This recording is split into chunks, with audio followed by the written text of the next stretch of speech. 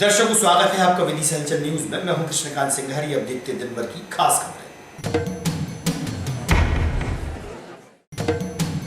अयोध्या में रामलला की स्थापना के चलते विदिशा होगा राममय। नगर के मंदिरों में होंगे धार्मिक आयोजन।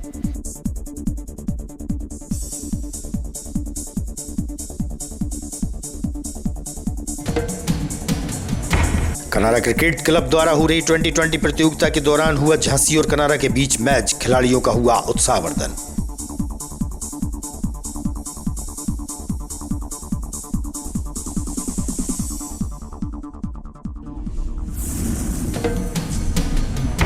और रघुवंशी धर्मशाला में रघुवंशी युवा शक्ति संगठन द्वारा किया गया रक्तदान, जो कि जरूरतमंदों के आएगा काम।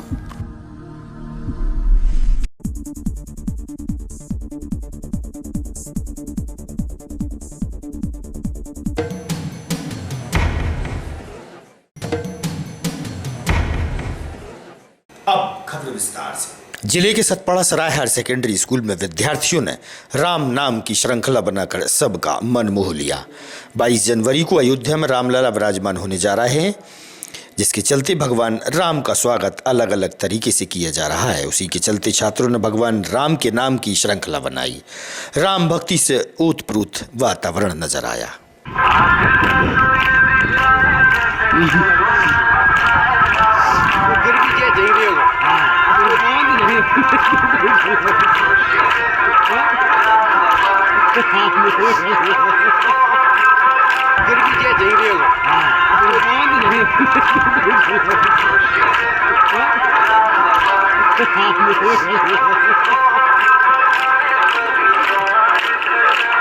अखिल भारतीय विद्यार्थी परिषद द्वारा बढ़ती ठंड से बचने के लिए शासकीय विद्यालय माधवगंज क्रमांक 2 नीमताल के पास गरीब बच्चों को गर्म कपड़ों का वितरण किया गया। स्कूल के प्राचार्य और एबीवीपी के कार्यकर्ताओं से हुई चर्चा।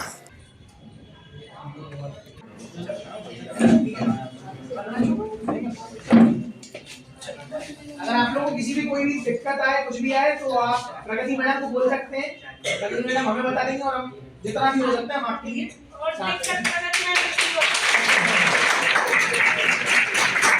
मेरा नाम प्रबल शर्मा है, अखिल भारतीय विद्यार्थी परिषद से नगर मंत्री। आज जो कौन से स्कूल में है, किस तरह की पोशाक वितरण किए? मध्य विद्यालय में हम जो जरूरतमंद बच्चे हैं उनके लिए हम स्वेटर वितरण करने आए थे, क्योंकि आप जैसे कि देख रहे हैं क्योंकि ठंड दिन बाय दिन बढ़ती जा रही है। बच्चे एक लेयर पहन के आते हैं तो उनको सर्दी लगने का बहुत डर रहता है। इसलिए हमारा एक SFS स्टूडेंट फॉर सेवा एक प्रकल्प चलता है, उसके माध्यम से हम बच्चों के लिए स्वेटर देने आए थे आज। मेरा नाम प्रगति शर्मा है। कहाँ पर पढ़ाती हैं आप? संस्कृत विद्यालय में। कौन सा स्कूल है? संस्कृत विद्यालय। कहाँ पर है ये? नीमताल विदिशा। आज किस तरह की यहाँ पर पोशाक वितरण की गई, किनके माध्यम से की गई है? ये अखिल भारतीय विद्यार्थी परिषद की, जैसा कि हमारे स्कूल में कुछ बहुत ही गरीब बच्चे हैं, बिना स्वेटर के आते थे। इतनी सर्दी में, जो कि अपन डबल स्वेटर में सर्दी नहीं बचा पा रहे हैं, बच्चे बिना स्वेटर के स्कूल आते थे। तो मैंने भैया से एक बात, मतलब मेरी बात रखी और भैया ने वो मेरी बात मानी। लगभग कितने स्टूडेंटों को उन्होंने? 40 स्टूडेंट। कुशाभाऊ ठाकरे खेल स्टेडियम में कनारा क्रिकेट क्लब द्वारा 2020 क्रिकेट प्रतियोगिता का आयोजन चल रहा है। प्रतियोगिता के दूसरे दिन झांसी और कनारा के बीच मैच खेला गया। खिलाड़ियों के उत्साहवर्धन हेतु भाजपा के नेता मनोज कटारे पहुंचे। वहीं कनारा के प्रमुख संदीप डोनगर सिंह से भी हुई चर्चा।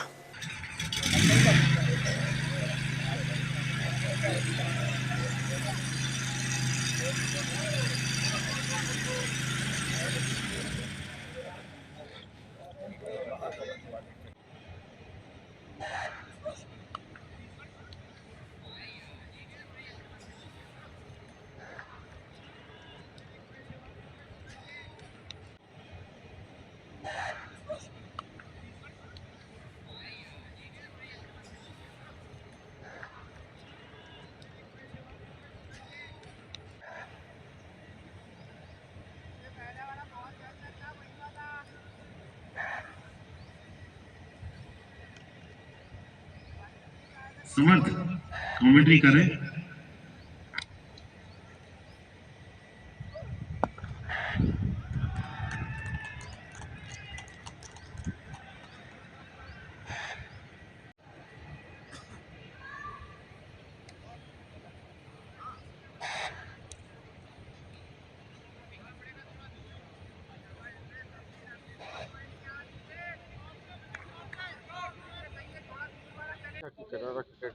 अपनी प्रतियोगिता कर रही है, इसकी प्रतियोगिता के बारे में क्या कहेंगे? और इतनी लंबी पारी खेलना एक अपने आप में विदिशा के लिए गौरव की बात है। आप क्या विचार हैं? कनारा क्रिकेट क्लब को एक खिलाड़ी होने के नाते मैं मानता हूं कि विदिशा का गौरव है। 54वां क्रिकेट टूर्नामेंट कनारा क्रिकेट क्लब द्वारा आयोजित किया जा रहा है और देश भर की सारी नामचीन टीमें पिछले 50 वर्षों में विदिशा आ चुकी हैं। कई राष्ट्रीय और अंतर्राष्ट्रीय खिलाड़ियों ने भी इस कनारा क्रिकेट ग्राउंड पर अपना परफॉर्मेंस किया है। रणतुंगा जी हो, चाहे जयसूर्या हो, कपिल देव हो, चेतन चौहान जैसे हमारे राष्ट्रीय और अंतर्राष्ट्रीय खिलाड़ी इस मैदान पर आ चुके हैं। और मैं इस कनारा क्रिकेट क्लब के जो हमारे मेंबर्स हैं, अध्यक्ष आजकल राजेश वर्मा जी हैं, डोंगर भाई, जिनका समर्पण इस मैदान पर और इस कनारा क्रिकेट क्लब के प्रति देखते ही बनता है। वास्तव में ये बहुत अनुशासन और समर्पण के कारण ही ये संभव हो पाया है कि 54 वर्षों तक लगातार कोई प्रतियोगिता में एक भी गैप ना हो। ये बहुत बड़ी बात है और हम देख रहे हैं कि प्रतिवर्ष इसमें अनुशासन और इसमें गरिमा बढ़ती जा रही है। तो आज ये 54वां टूर्नामेंट है। आज कनारा और झांसी का मैच यहाँ पर खेला जा रहा है। तो बहुत ही शानदार ये ग्राउंड है, शानदार मैच चल रहा है। मैं दोनों टीमों को और कनारा क्रिकेट क्लब को यह बहुत उत्कृष्ट आयोजन के लिए बहुत बधाई और शुभकामनाएं देता हूं। जैसा कि आप सभी जानते हैं, 54वीं कनारा क्रिकेट ट्रॉफी का आज दूसरा दिन है। आज यहाँ पहले मैच में कनारा क्लब और झांसी के मध्य खेला जा रहा है, जो कि 2020 के फॉर्मेट पे होंगे। 16 टीमें इसमें हिस्सा ले रही हैं और पहली फर्स्ट प्राइज़ 1.5 लाख रुपए बादशाह स्कूल की तरफ से रखी गई है और कई अन्य आकर्षक पुरस्कार हैं। हम हर मैच में देख रहे हैं, कोई लड़के IPL वाले हैं, कोई रणजी ट्रॉफी वाले हैं, कोई डिवीज़न वाले हैं, कई बोर्ड खेल रहे हैं। तो एक अच्छा टूर्नामेंट, अच्छा आयोजन है। तो मैं सभी हमारे सहयोगियों को, जो कोई ग्राउंड के अंदर, ग्राउंड के बाहर किसी भी रूप में क्लब का सहयोग कर रहे हैं। मानव सेवा न्यास भवन में गरीब निशक्तों को प्रतिदिन भोजन कराया जाता है। लगातार 25 वर्षों से अनवरत यह सेवा का सिलसिला जारी है।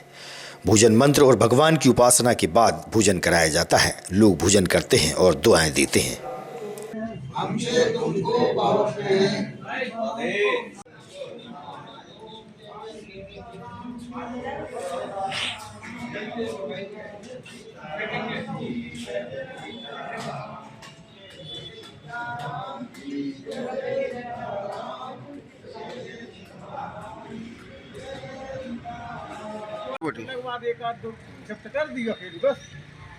दो हारूंगा। अब मैं यहाँ पर ड्यूटी पे, कल मैं चला जाऊँगा, तब मत दीजिए। कल घर में सामने खाया हूँ। खाना कैसे खाते हो? ये पोंगा बना के खाता हूँ और चम्मच से सब्जी उठा के खाता हूँ। अच्छा अच्छा। कैसे कट गए थे यार? ये ट्रेन से हादसा हो गया। कैसे? ट्रेन से गिर गया था श्रीधाम से। कब? ये 8 महीने हो गए। अच्छा अच्छा। परिवार में कौन कौन है? परिवार में भाई भैया है, पिताजी है। शादी हो गई थी? शादी अकेला ही हुई। ये खा लो।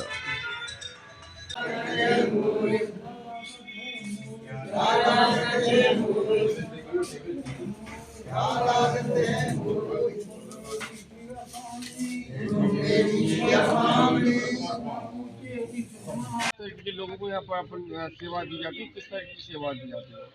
ये मानव सेवा न्यास संस्थान है जो निवासित, वृद्ध, अशक्त और अपाहिज लोगों को दोनों टाइम निःशुल्क भोजन यहाँ पर कराया जाता है। ये लगभग कितने वर्षों का ऐसा करते करते?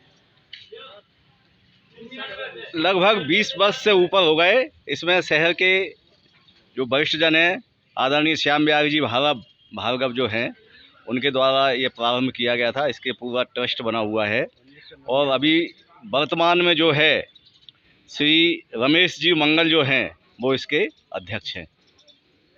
कांग्रेस की राष्ट्रीय प्रवक्ता एवं रिटायर्ड विंग कमांडर डॉक्टर अनुमा आचार्य ने पत्रकारों से अनौपचारिक चर्चा की। पत्रकारों से चर्चा के दौरान उन्होंने EVM हैक करने का आरोप भाजपा पर लगाया। साथ ही विदिशा लोकसभा सीट से चुनाव में अप्रत्यक्ष रूप से दावेदारी भी की। जो योग्यता है MPhil बायोकेमिस्ट्री की बात मैंने पत्रकारिता में हरि सिंह गौर से ये किया, तो मैंने सोचा एक दिन बस ऐसे ही बैठेंगे। ये कांग्रेस की परंपरा रही है पहले से भी कि हम सब पत्रकार लोग। देखिए, पत्रकारिता में मेरा रुझान है, तो आज जो प्रेस वार्ता नहीं थी, ये एक संगोष्ठी थी, बिल्कुल ही अनौपचारिक। हमारे विदिशा के जितने पत्रकार हैं, पत्रकार की बात नहीं कर रहा हूँ, पत्रकार वार्ता की बात जी, मैं तो केवल औपचारिकता की बात कर रहा हूँ। अगर जैसे कांग्रेस पार्टी अगर आपको टिकट देती है, तो आप किस तरीके से इस चुनाव में फाइट करेंगे, जबकि भारतीय जनता पार्टी का चारों ओर से बागड़ लगी हुई है। एक बात तो ये है कि जब भारतीय जनता पार्टी ने राम मंदिर के लिए बाबरी मस्जिद को ध्वस्त किया था, सुप्रीम कोर्ट ने तो उसे गलत ठहराया था, लेकिन उसके बाद भारतीय जनता पार्टी चुनाव हारी थी। तो हमारे देश के लोकतंत्र में इतनी आस्था रखती हूँ, उसके अंदर इस तरह से सर्वधर्म संभाव कूट कूट कर भरा है कि भारतीय जनता पार्टी का ये इस तरह से कहना कि चूंकि हमने राम मंदिर को आधा अधूरा प्राण प्रतिष्ठा कर दी है तो जनता उनके साथ हो जाएगी, मैं ऐसा नहीं मानती। मेरे देश के पूर्वजों ने अपनी आंखों से देखते हुए आरएसएस और बीजेपी का जो आरएसएस है उसको उन्होंने और हिंदू महासभा को ये माना था कि वो अंग्रेजों का साथ दे रही थी, इसलिए जनता ने, हमारे दादा दादी ने कांग्रेस का, और खास तौर पे मैं उसी की बात कर रही हूँ, मैं आ रही हूँ आपके सवाल के जवाब पर, तो ये मानते थे। अब आप अगर ये कहना चाहते हैं कि यहाँ केवल बीजेपी का वर्चस्व है, मैं नहीं मानती। पिछले ही बार शशांक भार्गव जी चुनाव जीते थे, बीजेपी इनऑर्गेनिक तरीके से चुनाव जीतती है। वो हर बूथ लेवल पे उसने ईवीएम के साथ कोई फिक्सिंग की है, और उसको मैं इसलिए और कहती हूँ क्योंकि चुनाव आयोग हमारे कांग्रेस के नेताओं से मिलने की ना तो उनको समय दे रहा है और ना उनकी बात सुनना चाहता है। तो इसलिए मेरा ये मानना है कि ईवीएम के भरोसे भारतीय जनता पार्टी कुछ कर सकती है, लेकिन लोकतंत्र के साथ वो धोखा होगा। और जहां तक विदिशा का सवाल है, मैंने पिछले 10 दिनों में 3 बैठकें अटेंड की हैं। हमारा कार्यकर्ता बिल्कुल निराश नहीं है, हमारा कार्यकर्ता समझता है कि लोकतंत्र को धोखा देने वालों का उसको डट के मुकाबला करना है। तो कांग्रेस का एक एक कार्यकर्ता पूरे क्षेत्र में पूरी तरह से मुस्तैद है। ईवीएम में फिक्सिंग है तो फिर कैसे उम्मीद करती हैं कि आप जीत पाएंगे अगर ऐसा होगा, आपको ऑप्शन दिया जाता पार्टी के द्वारा? देखिए, ईवीएम क्योंकि 19.5 लाख ईवीएम गायब हैं, उनका कोई रिकॉर्ड नहीं है। कांग्रेस पार्टी उसके ऊपर आवाज उठा रही है। पहले हम सभ्यता से उठा रहे हैं, हमने इलेक्शन कमीशन ऑफ इंडिया से मिलने का समय मांगा, लेकिन अगर ये नहीं होगा तो जमीन पे आंदोलन होगा। और हम ये चाहते हैं कि वीवीपैट की जो पर्चियां हैं वो वोटर के हाथ में दी जाए और वो एक अलग बॉक्स में डाले, ये भी एक ऑप्शन की तरह सामने आया है। तो इस तरह से हम मानते हैं कि देश का लोकतंत्र बार बार अपने ऊपर इस तरह से अतिक्रमण नहीं होने देगा और बिल्कुल अपने मताधिकार का जो उसका अधिकार है उसका हक मांगेगा, और हमारे साथ जनता खड़ी होगी तो भारतीय जनता। ऐतिहासिक रामलीला एवं मेला में आने वाली भीड़ और श्रद्धालुओं की सुरक्षा व्यवस्था को लेकर सीएसपी राजेश तिवारी ने मीडिया से चर्चा की। वहीं टीआई आशुतोष सिंह ने 21 जनवरी की शाम को निकलने वाली राम बारात एवं 22 जनवरी को अयोध्या में रामलला की स्थापना को लेकर नगर में होने वाले धार्मिक आयोजन में सुरक्षा व्यवस्था की बात कही है। 22 तारीख को रामलीला में कितना बड़ा कार्यक्रम होने जा रहा है, और तो क्या सुरक्षा व्यवस्था के इंतजाम किए गए हैं, कितने का बल लगाए गए हैं वहाँ? तो ऐतिहासिक रामलीला का कार्यक्रम चल रहा है, उसमें लगातार लगभग एक टीआई लेवल के और दो सब इंस्पेक्टर लेवल के मिला के लगभग 40 कर्मचारी ड्यूटी में लगे हुए हैं। और दिनांक 21 और 22 को विशेष प्रोग्राम है जिसमें लगभग 50 से 60 का बल अतिरिक्त उस दिन लगाया जाएगा। और जो भी कार्यक्रम शहरवासियों द्वारा निर्धारित किए गए हैं सब में समुचित सुरक्षा व्यवस्था पुलिस द्वारा लगाई जाएगी।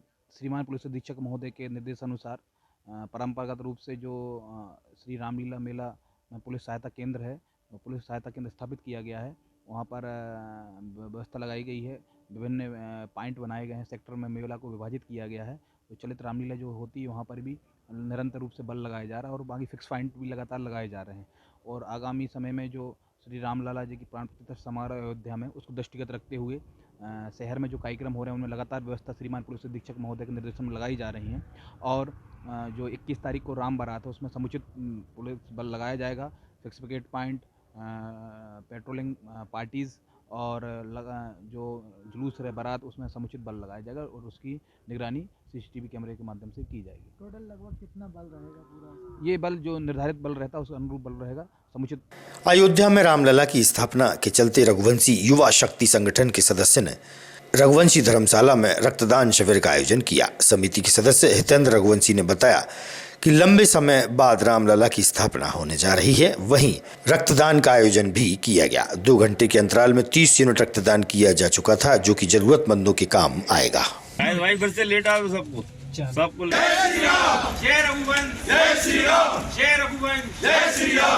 बोलिए भारत माता की। फोन रख लो, फोन रख लो।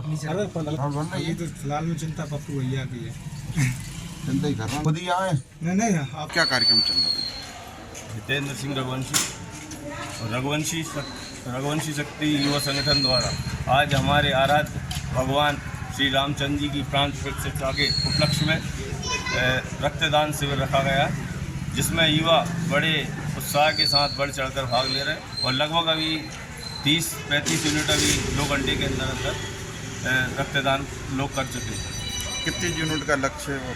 लक्ष्य ये है कि जब तक यहाँ पर रक्तदान की जो गाड़ी आई हुई है, तो जब तक खड़ी रही तब तक रक्तदान हम लोग करते रहेंगे और युवा जो जिसको भी जानकारी लग रही है वो आते जा रहे हैं और रक्तदान करते जा रहे हैं। आज की खबरों को देते ही पर विराम। आगामी खबरों के लिए आप देखते रहिएगा विदिशा न्यूज़। रहिए अपडेट। नमस्कार।